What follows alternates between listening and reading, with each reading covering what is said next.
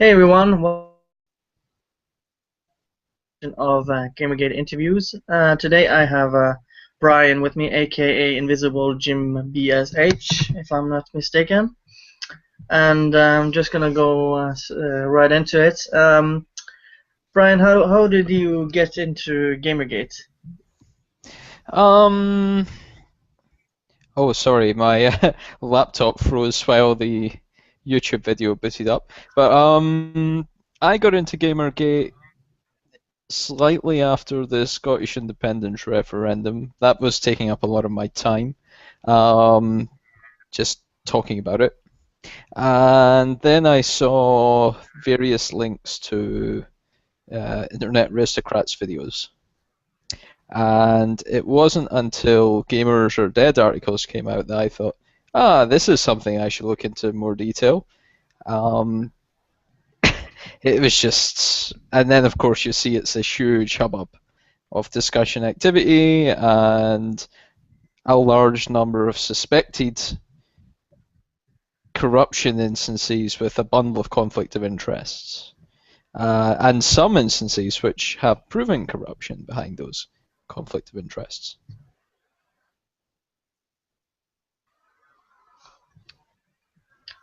Yeah, nothing more than that. No, I think that's pretty much it.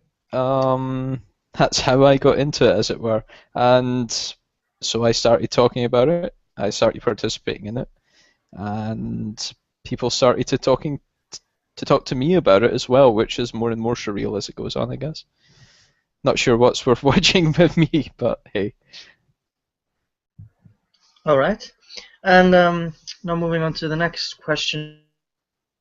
Uh, Currently, what are you? Uh, Sorry about that. Okay. What do you presently do for GamerGate and the current?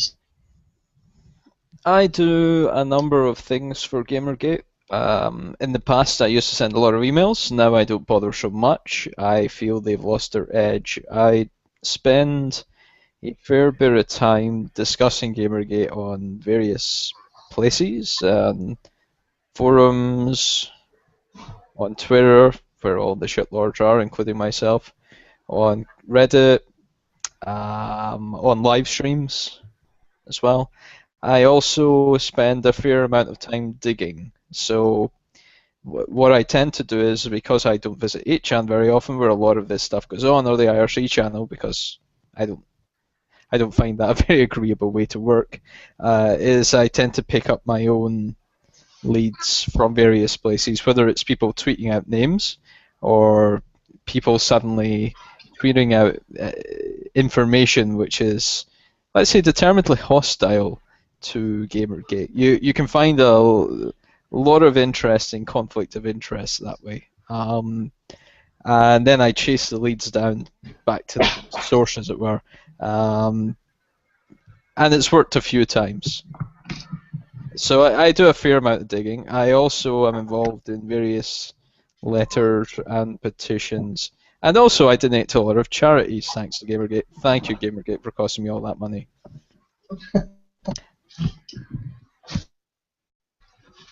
And you were mentioning this on the stream. You're currently writing a letter to Intel.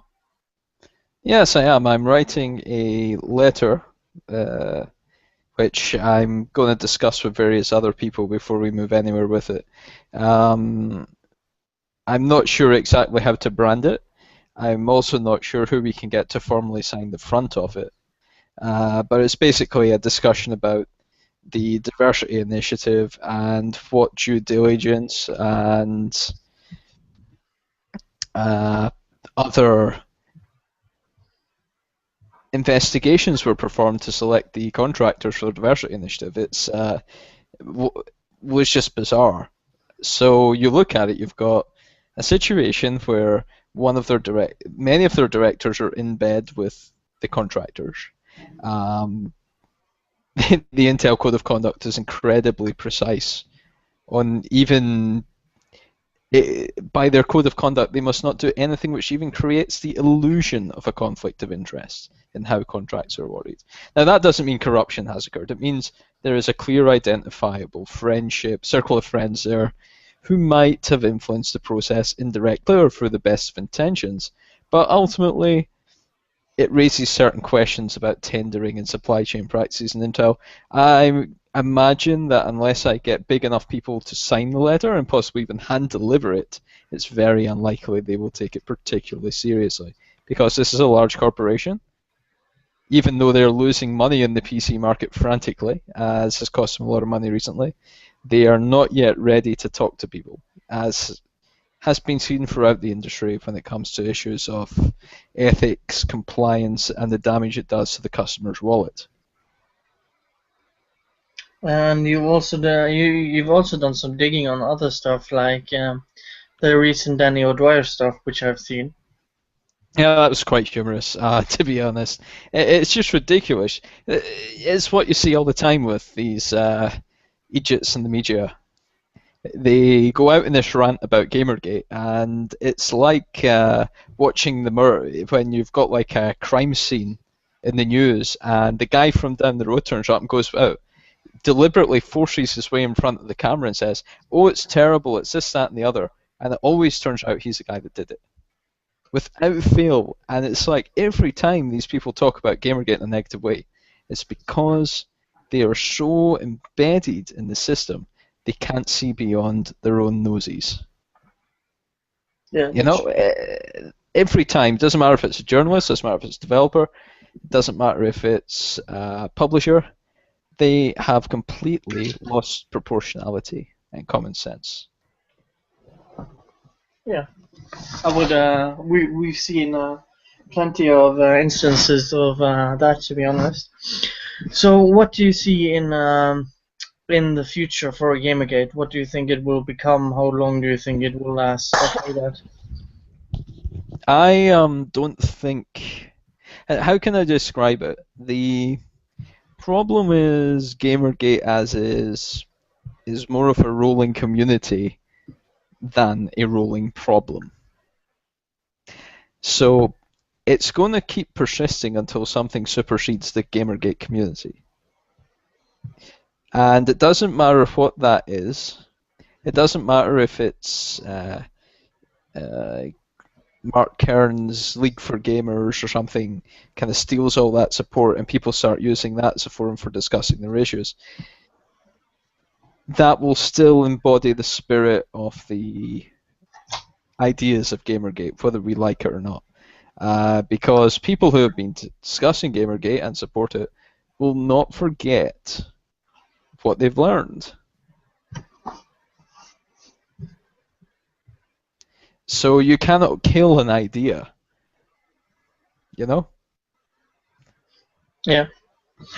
Do you think it will just transform into something else, or and how long do you even think it's gonna last, in your opinion? Well, Gamergate as formally exists will last until sufficient flesh has been cut. I'm going to say something that may sound controversial. If the journalists and the developers involved in the original scandals around Gamergate had been sufficiently contrite about what they were found doing, Gamergate would never have existed. Gamers are constantly antagonistic. We are continuously contrarian. We like to find ways to push buttons by design. We're very good at it. Now, this is why was that important? They're dealing with customers. They're not dealing with other industry professionals. They no longer live in the world where they can sit in an office and that's all they deal with. That's not a comfortable situation to be in. Normally what would happen is it would be the publisher that handles that side, but now a lot of developers do it themselves, and they do it via direct links to journalists. So if they had been contrite, as a publisher would be, or just let the consumer smash them in the face, which is what the publisher would do, because the publishers have been through this too many times, there would have been a, yeah, you took it on the cheek, Now it's less of an issue. But because they decided to bite back, they created enormous bad will. And that bad will persist. This is, if you read the marketing books, called the John Brown strategy. John Brown was a chief executive for BP, and he was replaced by the infamous Tony Hayward. And Tony Hayward didn't read the John Brown School of Management before becoming the CEO. So when John Brown ran BP, they merged with Amoco, who were an American oil company. Literally, that's their name, American Oil. And they both had hideous safety records for disasters. And what John Brown's strategy was, is even though he'd made big mistakes, he had underinvested, he had big problems, he would turn up on site and say, this is all BP's fault, we are very, very sorry, we'll never do it again, smack us in the ass and fine us. Yeah? Yeah. What Tony Hayward did is when he blew up the, he blew out his well in Macondo, and he polluted the entire US Gulf, and the biggest blowout ever, was he went there and whined, it's not our fault. Don't blame us. Don't you realise you're interrupting when I should be out on my yacht with my daughters and my wife? You know, getting caught on camera saying that never goes down well with people who are not part of the problem. Gamers were not part of the collusion problem or the conflicts of interest that are being identified. If they had turned around and said, yes, we were wrong, we're sorry, we will avoid it in future, it wouldn't be an issue. Instead, they've bit back, they've blamed the customer, and now they've created the monster they tried to label the customer as, to be honest. And it will not go away for many, many, many months until sufficient flesh has been cut from them. Customers don't work that way. Sorry. They just don't get it. They've got no idea what they're doing. It's childish. All right. So, you think it's gonna be a long haul? I reckon GamerGate's got at least 6 months in it because they have still to show any contrition. Never mind contrition of an order of magnitude which will get them forgiven. And it has big impacts on a lot of parts of the industry. And they do not appreciate just how large this problem is. They talk about it. They talk about it being small. They try to play it down. But it's not small. It's a big news item. And people are watching it and they're annoyed. And many, many more people aren't participating who feel the same feelings and think the same thoughts that a lot of the people who talk about Gamergate do. All right. So, for the last question, what do you think GamerGate is doing right, and what do you think it has to improve on? Right. What it's doing right, I'll start there. It does a fair amount of stuff right. It's very good at keeping within internally quite a good atmosphere. It's good at building its own morale. It's also brilliant at finding points of weakness when it's focused on doing so. Because it is in effect crowdsourced crowd activism. You know, when you've got 100,000 people trying to find a solution to a problem, one of them's going to press the right button that opens the door. It is virtually impossible for anyone to stand before the juggernaut of people participating in Gamergate and going, yeah, you'll never find something wrong that I've did. Now, I'm not saying it's right that we should find everything wrong that everyone's ever did. The point is, we can find it all. We have the numbers, we have the competence, and we have the creativity and intelligence. It's a simple fact, and that's great. So we've got morale, we've got a bit of creativity, we've got the ability to find solutions where other people can, What are we not getting right? What we don't get particularly right is cross-group coordination. Really, is GamerGate one group? No. It's about 12 to 20 disparate, separate groups with a number of people connected to it who aren't in those groups, of many hundreds of thousands. And there is an inability to accept that those groups may have slightly different opinions and things. Whether it's issues like the Ralph retort, where it's issues like internet aristocrat whining that everyone's not his personal army, of which I voiced before. The problem isn't that his points were wrong. The problem is you've got to save the kingdom to get the army, not the other way around. So if he'd actually hung around to this point, he'd probably have his damn army anyway, which was foolish on his part. Other things we do wrong is we have a bad tendency to pile on people who are popular and find faults in them within their own group. Let's be honest here. When it comes to something like conflict of interests, I can point out conflicts of interest everyone in Gamergate has when they talk about Gamergate, but it's pointless. It's trivial. You can point out to me too. I'm conflicted because I have my viewpoints, and therefore if I'm working for someone else, which is where conflict of interest occurs, and I don't follow their values and give them optimal income, it's because I'm conflicted. But the world is not black and white. The world is shades of grey. You can sit and complain about, and I've complained about people too, about them being awful because they're not white or they're not the opposite, you know? But it's stupid. It's childish. And it creates a lot of internal division. So lower morale is generally high. People who have high profiles tend to get worn down. And we actually should be massaging their shoulders a bit rather than just flinging shit at them. But they also do need to follow the John Brown school of controlling a group and a crowd. They need to learn to just take contrition on the chin. If you look at someone like Toro Biscuit, he did it yesterday. He tweeted out some things that were very negative. They didn't come across properly. Lots of people were negative towards him. That's fair. I was negative toward him, and we'll talk a little bit about Jim Sterling afterwards. But the hilarity was he did exactly the right thing that other journalists and other members of the kind of higher up in the gaming hierarchy who have platforms didn't do. He turned around, said, "Sorry, I didn't say something right." Hey presto, everyone wants to hug the guy. That's all you have to do to manage a crowd. Be humble.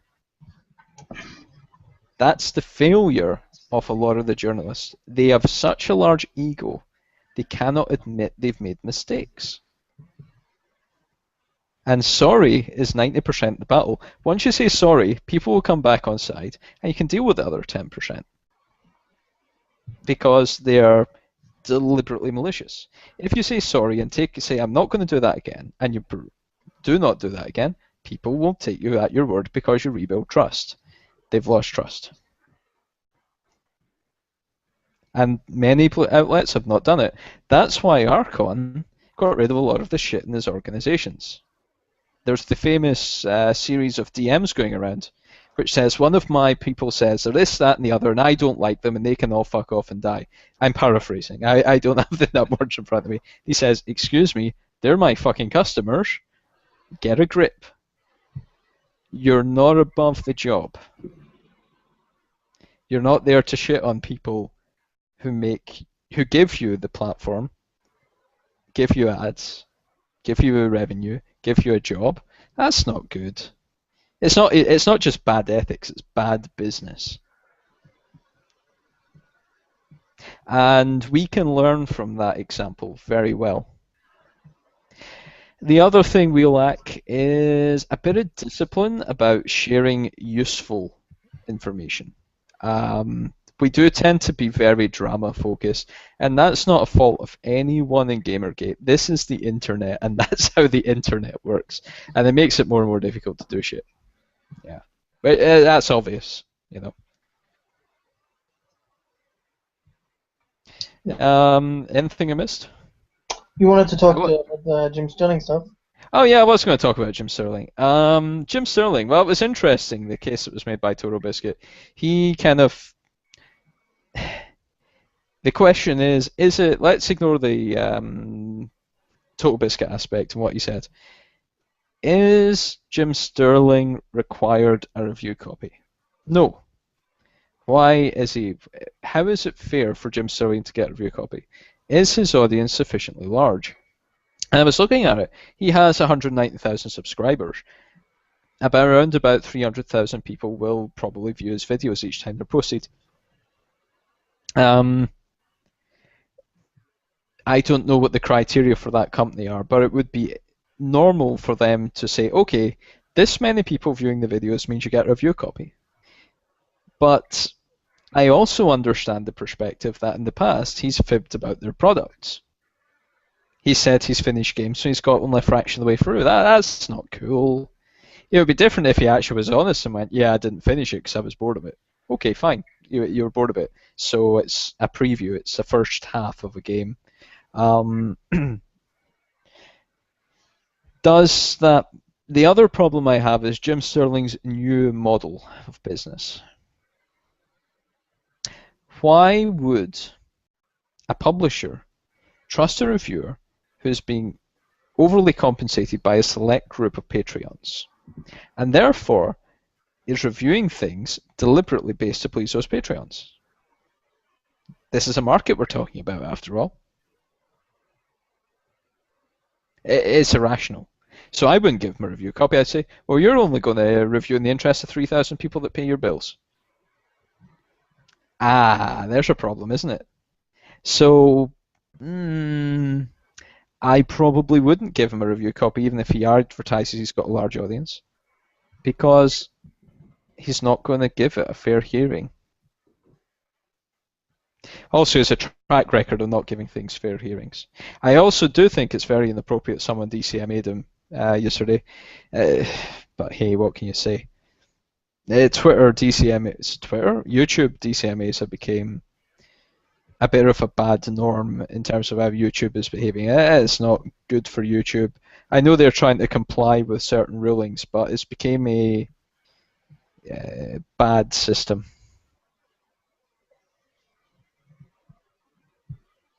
Do you have any other queries for me? No, I think we've covered it pretty much. Well, let's. We seem to have 10 people watching. They might have some queries for us. 12 people now, so 12? Wow, I'm really popular. That's 12 more people. you and Rels have gotten a few the most people watching, so yeah, congrats to that. Yeah, that's pretty much it. I'm gonna do these, continue to do these, and if you want be in one of these interviews, just tweet at me at the _last_ride1, and I've been talking to Brian at Invisible Jim BSH. If you want to reach him and talk to this lovely person, and yeah. Thanks Yeah, everyone. just had a question there from the audience. Oh. I just asked them what questions they've got. It would be normal to ask the audience. I don't want to be polite. Well, I want to be polite and want to be proper and give them a chance. I do want to talk about Twitter removing tweets criticizing Randy Harper. I think it's fucking bullshit. I think whoever works for Twitter and did that should be fired out of a cannon onto a comet wearing a sexist shirt. I think it's nonsense. They cannot claim to be in any way anti-harassment while supporting someone like Randy Harper. She's not just dangerous to people she interacts with, she's dangerous to her bloody self. You see the kind of way she behaves.